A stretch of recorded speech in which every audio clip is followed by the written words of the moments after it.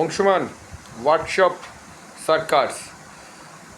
আমি কিছুদিন আগেই ভিডিওতে বলেছিলাম যে আমরা ইন্ডাস্ট্রির ওপর সত্যি একটা কিছু করা উচিত, জোর দেওয়া উচিত। তো ওয়ার্কশপ সার্কাস আমরা ইন্ডাস্ট্রি রিলেটেড ইস্যুগুলো নিয়ে এবার এই ভিডিওতে আলোচনা করব। যারা আমার ভিডিও শোনেন আশা করি উপকৃত হবেন, কেন সত্যিকারে আমাদের একটা কিছু করা উচিত। একটা বিজনেস নিয়ে চিন্তাভাবনা, আমাদের নিজস্ব মাইন্ড সেট আপটা খুব দরকার। আর বাঙালিদের বিজনেস মানে আগে সরকারি চাকরি খুঁজবো, সরকারি চাকরি পেলাম না, প্রাইভেটে চাকরি করলাম, প্রাইভেটে চাকরি করার পর তারপর মনে হলো আরে একটু বিজনেস করে দেখি, তারপর একটা বিজনেস চালু করলাম এবং যাও বা টাকা পুঁজি ছিল সব নষ্ট করে ফেললাম। ম্যাক্সিমাম ক্ষেত্রে তাই হচ্ছে। তার কারণ যে বাঙালি সারা পৃথিবীকে ব্যবসা শেখালো, আজকে সেই বাঙালির দুরবস্থা এটাই যে আমাদের চারপাশ, আমাদের এনভায়রনমেন্ট, আমাদের পরিবেশ যাই বলুন না কেন, বা আমাদের বাড়ি, ম্যাক্সিমামই মধ্যবিত্ত বা আমরা নিম্ন মধ্যবিত্ত ঘর থেকে উঠি, ব্যবসার কথা আমাদের কল্পনাই করে না। এটাই হচ্ছে ব্যাপার। বাড়ি থেকে ছোটোবেলা থেকেই একটা শেখানো হয় যে না বাবা, ব্যবসা করতে যাস না, যদি ডুবে যাস। এই ডোবাক শব্দটা আমাদের প্রাণের মধ্যে একদম গেঁথে গেছে। তার ফলে বেঙ্গলির রিয়েল এস্টেট ইন্ডাস্ট্রিয়ালিস্ট দেখাই যায় না। কিন্তু সেটা তো বিষয় ছিল না। এবং গত 35 বছর একটা সরকার চালিয়েছে। আমি কারুর নিন্দেও করছি না, প্রশংসাও করছি না, আমি তথ্যগুলো তুলে ধরছি। এবং আরেকটা 14 বছর আরেকটা সরকার চালাচ্ছে। এই 45 বছর ধরুন যারা গভর্নমেন্ট, আমার জীবদ্দশায়, মানে আমি যেটা দেখছি আর কি, লেফট গভর্নমেন্ট যখন আসে তখন আমার জন্ম, পুরো এডুকেশান থেকে চাকরি থেকে সবই লেফট গভর্নমেন্টের আন্ডারে। এবং এখন যে গভর্নমেন্ট চলছে, সবচেয়ে বড় জিনিস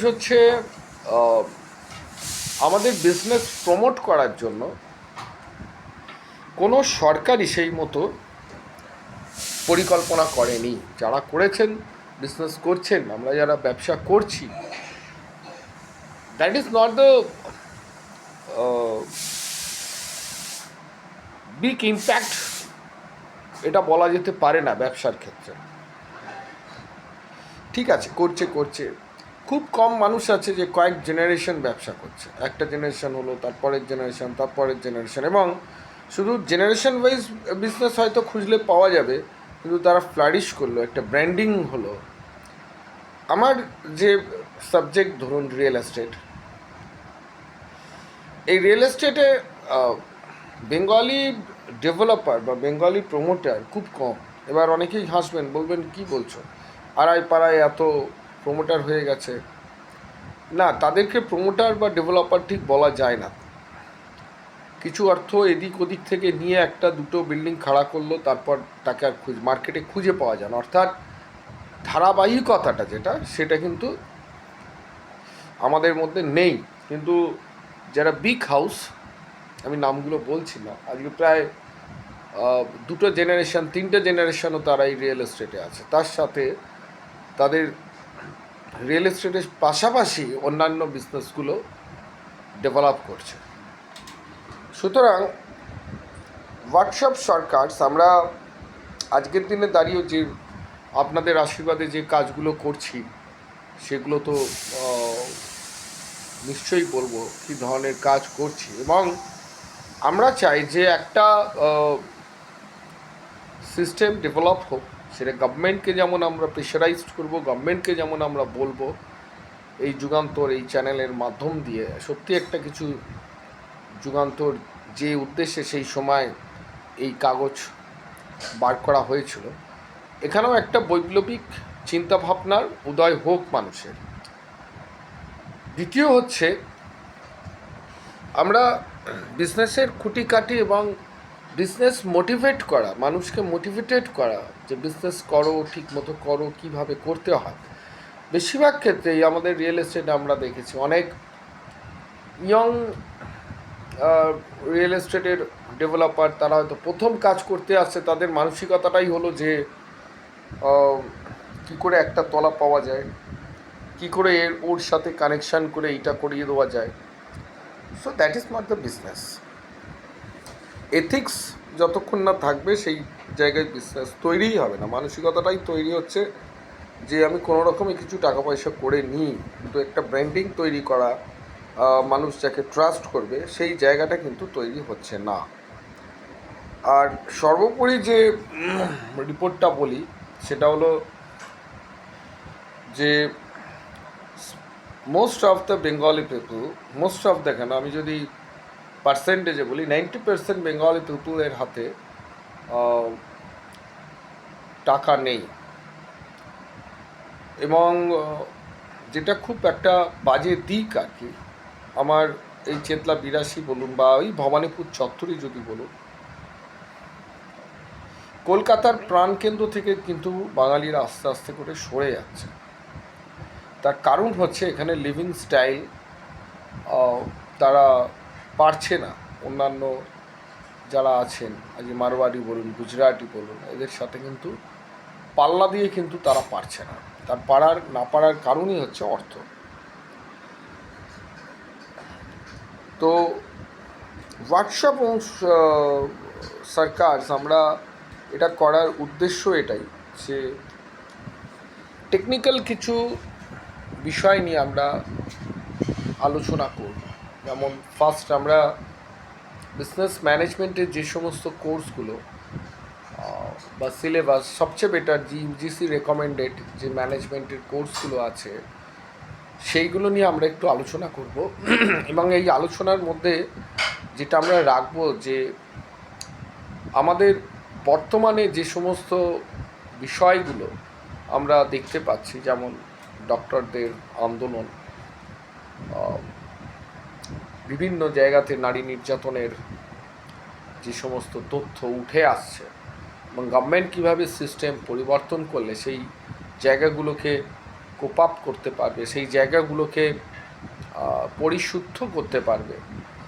কেন একটা মার্কেট যখন গ্রো করবে, তো সেখানে ফার্স্ট জিনিস হচ্ছে ল অ্যান্ড অর্ডার। আর মার্কেট যদি ইনস্টেবল থাকে, অর্থাৎ স্টেবল যদি না হয়, তাহলে এখানে ইনভেস্টমেন্ট আসবে না। আর ভয়ের দিক যেটা হচ্ছে যে মানুষের হাতে যদি অর্থ না থাকে, তো কনজিউমার বেল্টটা নষ্ট হয়ে যাচ্ছে। আজকে কোনো কোম্পানি, যারা মাল্টিন্যাশনাল কোম্পানি, তারা কখনোই সোমালিয়া বা আফ্রিকান কান্ট্রিজগুলোতে ইনভেস্ট করতে চাইবে না। খুব স্পেসিফিক কিছু কোম্পানি আছে, বাট তারা ইন্ডিয়ার প্রতি আকর্ষণটা তাদের বেড়েছে। তার কারণ হচ্ছে পশ্চিমবঙ্গ ছাড়া অন্যান্য রাজ্যগুলো, দু একটা পশ্চিমবঙ্গের মতো রাজ্য আছে, তারা ছাড়া এখানে ইনভেস্ট করার একটা হিউজ জায়গা আছে, এবং সেই রাজ্যগুলোতে মানুষের ক্রয় করার ক্ষমতা, অর্থাৎ বাইং ক্যাপাসিটি, ওয়েস্ট বেঙ্গল মানুষের চেয়ে বেশি আছে।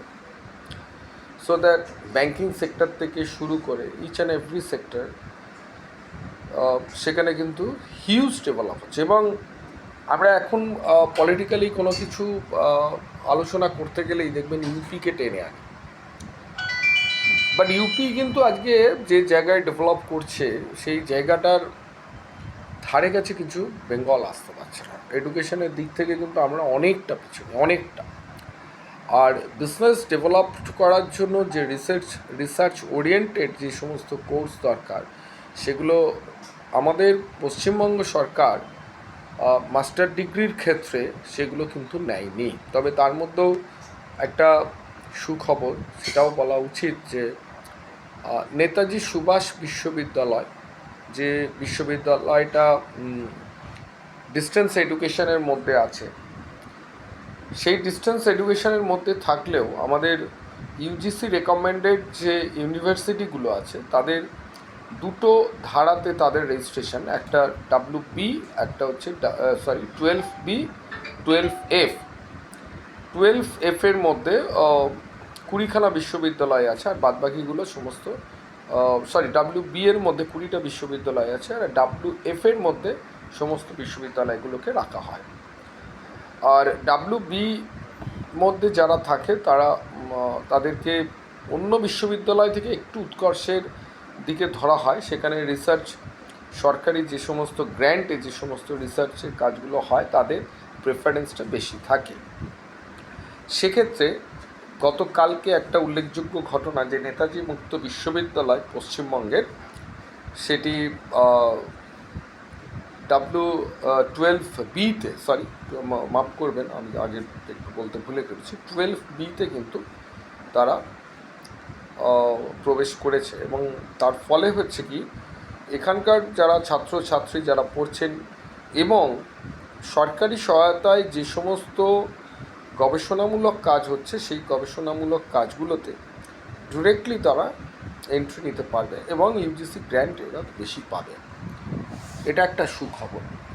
এখন বিষয়ভিত্তিক আলোচনার যেটা আজকে বললাম, যে এই ওয়ার্কশপটার কেন দরকার, বিশেষ করে ম্যানেজমেন্ট এবং টেকনোলজি, সেই দুটোর মধ্যে আমাদেরকে সামঞ্জস্য রেখে আমাদের চলতে হবে। তো সেই বিষয়গুলো নিয়ে ধারাবাহিকভাবে আমরা আসবো আগামীকাল থেকে। আমরা ফার্স্ট যদি ম্যানেজমেন্টের যে কোর্স, ওয়ার্কশপ সার্কাস, আমরা কমিউনিকেশন সিস্টেম, যেটা বিজনেসের সবচেয়ে বড় বিষয়, তার আগে যে বিষয়টা নিয়ে আসবো সেটা হচ্ছে মেন্টাল প্রিপারেশনস। অ্যান্ড যে কোনো বড় ব্যবসাদার বা বিজনেস অর্গানাইজেশন, তাদের ডিসিপ্লিন যদি না থাকে, ডিসিপ্লিন ওয়েতে যদি তারা এগোতে না পারে, তাহলে সেই অর্গানাইজেশন বেশি দিন টিকবে না। অর্থাৎ ডিসিপ্লিনটা একটা বিশাল বড় বিষয়, এবং যারা এই অর্গানাইজেশন গড়ে তুলেছে তারা নিজেরাই যদি ডিসিপ্লিন না হয় তাহলে কিন্তু সেই ব্যবসা উঠবে না। আমি বিভিন্ন অর্গানাইজেশনের সাথে, বিভিন্ন বিজনেস ওয়ার্ল্ডের ছোট হোক বড় হোক মাঝারি হোক, বিভিন্ন জায়গায় আমি কাজ করেছি বা এখনও বর্তমানে কনসালটেন্সি করছি। আমি এদের বিজনেস যারা গ্রো করছেন তাদের ফিল্ডের অর্গানাইজেশনস, তাদের চিন্তাভাবনা, তাদের ব্যবহার, এবং শুধু ব্যবহার, বিজনেস বিহেভিয়ার নয়, অলসো তাদের পার্সোনাল বিহেভিয়ার, সেটাও কিন্তু বিজনেসের ওপর একটা মারাত্মক এফেক্ট আনে। তো সেই বিষয়গুলো নিয়ে আলোচনা করব। সো দ্যাট ফার্স্ট হচ্ছে এই ওয়ার্কশপের যেটা ফার্স্ট হচ্ছে preparation of the business mentally the বিজনেসকে আমরা কীভাবে নিজেদেরকে প্রিপেয়ার করব, সেই বিষয় থেকে নিয়ে আমরা শুরু করব এই ওয়ার্কশপ। এবং পাশাপাশি যে আন্দোলন চলছে, বা আমার এই সন্দীপ ঘোষের যে বাড়ি ভাঙার যে বিষয়টা, এটাকেও বিজনেস স্ট্র্যাটেজি মেকিংয়ের ক্ষেত্রে কীভাবে আমরা সাফল্যটাকে ছিনিয়ে আনব, তারও কিছু স্টেপস বা বিভিন্ন উপায়, সেগুলো নিয়েও আমরা আলোচনা করব। সো দ্যাট যারা দেখছেন, ভালো লাগলে অবভিয়াসলি সাবস্ক্রাইব করবেন, শেয়ার করবেন এবং অবশ্যই ইন্টারঅ্যাক্ট করবেন, তাহলে ভালো হয় বিষয়গুলো। Thank you.